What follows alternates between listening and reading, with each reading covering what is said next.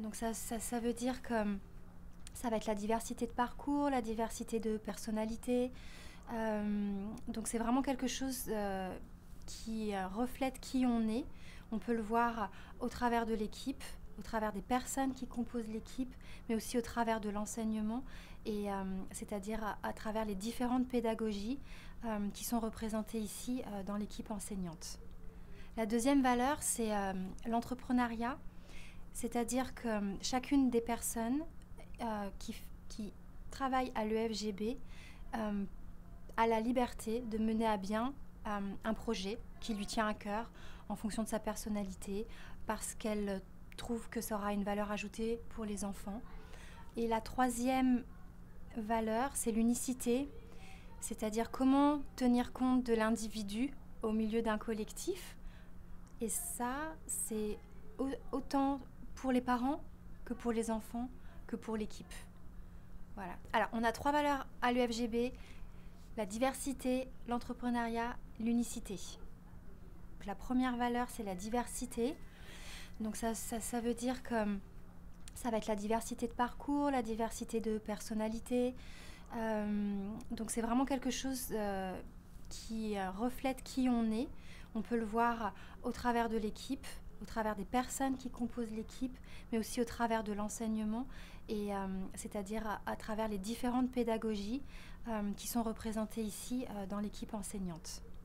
La deuxième valeur, c'est l'entrepreneuriat, c'est-à-dire que chacune des personnes qui travaillent à l'EFGB a la liberté de mener à bien un projet qui lui tient à cœur en fonction de sa personnalité, parce qu'elle trouve que ça aura une valeur ajoutée pour les enfants.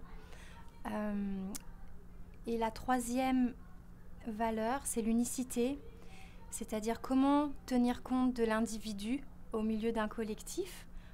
Et ça, c'est autant pour les parents que pour les enfants, que pour l'équipe. Voilà, donc c'est les 3 valeurs finalement qui nous guident tous les jours, parce que ces valeurs-là, en fait, elles vont être répercutées dans les classes, elles vont être répercutées dans les bureaux et elles vont être répercutées du coup auprès des enfants. Voilà. Et par exemple, moi je sais que je les applique tous les jours sur la mission que j'ai, sur les ressources humaines, puisque j'interviens sur le recrutement, sur l'intégration, la formation, l'évaluation, la politique de rémunération aussi, et enfin la responsabilité sociale. Et à chaque fois qu'il y a des décisions qui doivent être prises, on se réfère à ces valeurs. Pour recruter à l'EFGB, donc on a des offres d'emploi. On va rechercher sur des postes d'enseignants ou des postes d'assistants. Ce qu'on a mis en place ces dernières années, ce sont des parcours, dans la mesure où on a besoin énormément d'anticiper nos recrutements. Parce que les profils que nous recherchons sont des profils qui sont pénuriques. Donc on anticipe nos recrutements sur le programme après l'école, on va dire 1 an en avance. Et à l'école, on est à 2-3 ans en avance. Voilà. Donc quand une personne postule, on la rencontre systématiquement.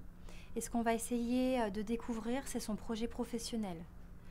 Et on va essayer de voir dans quelle mesure est-ce que l'EFGB peut répondre à ce projet professionnel. Donc on va rechercher avant tout une personnalité. On va rechercher ce qu'on appelle du savoir-être, c'est-à-dire quelqu'un qui va être motivé, quelqu'un qui va être tourné vers les autres, quelqu'un qui aime travailler avec les enfants, quelqu'un qui est créatif. Et on va prendre son temps, parce que ce qu'on souhaite, une fois qu'on a recruté la personne, c'est qu'elle reste. C'est qu'elle reste quelques années. C'est vraiment la responsabilité qu'on se donne. À partir du moment où on se dit oui des 2 côtés, après, nous, on se sent responsable de l'accompagner à ce qu'elle soit bien, à ce qu'elle prenne du plaisir et à ce qu'elle reste. Voilà. Je pense que la première chose qui caractérise les enseignantes ici, c'est leur passion. C'est des personnes qui s'investissent énormément, qui pensent à ce qu'elles vont faire en classe tout le temps, le jour, la nuit, le week-end. C'est vraiment des personnes qui sont passionnées par ce qu'elles font. Après, je dirais que c'est le partage. Il y a énormément de partage dans l'équipe, d'échanges d'idées, mais aussi d'échanges de classe. Donc on fait beaucoup de décloisonnement pour que les enfants apprennent à se connaître les uns les autres. Et enfin, je dirais que c'est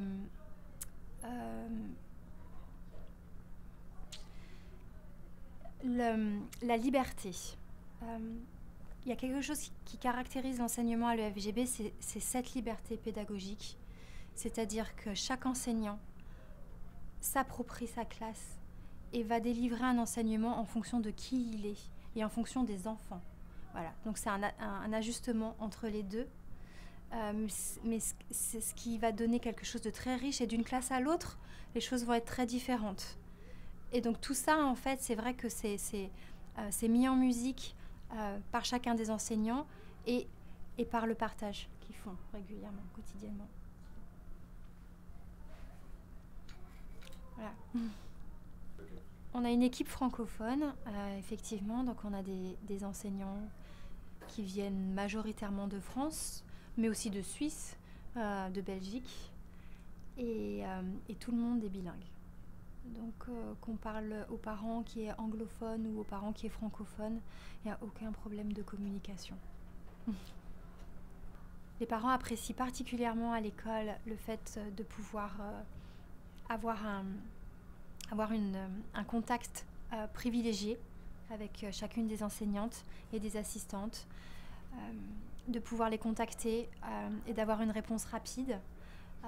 Donc la communication peuvent se faire en anglais, elles peuvent se faire en français. Ça dépend vraiment du parent. L'enseignante et l'assistante s'adaptent. Et je sais que ce que les parents apprécient particulièrement, c'est cet esprit communautaire qui est créé par toute l'équipe enseignante, assistante. Ce sont les événements qui sont organisés à l'école qui permettent à chacun de se rencontrer et aux enfants aussi de se voir dans un cadre ou à l'école ou dans un cadre différent à l'extérieur. Je crois que c'est ce qui fait la force ici à l'EFGB, c'est cet esprit communautaire, c'est le fait que finalement on apprend les uns des autres et qu'en même temps on se construit identitairement grâce à ça.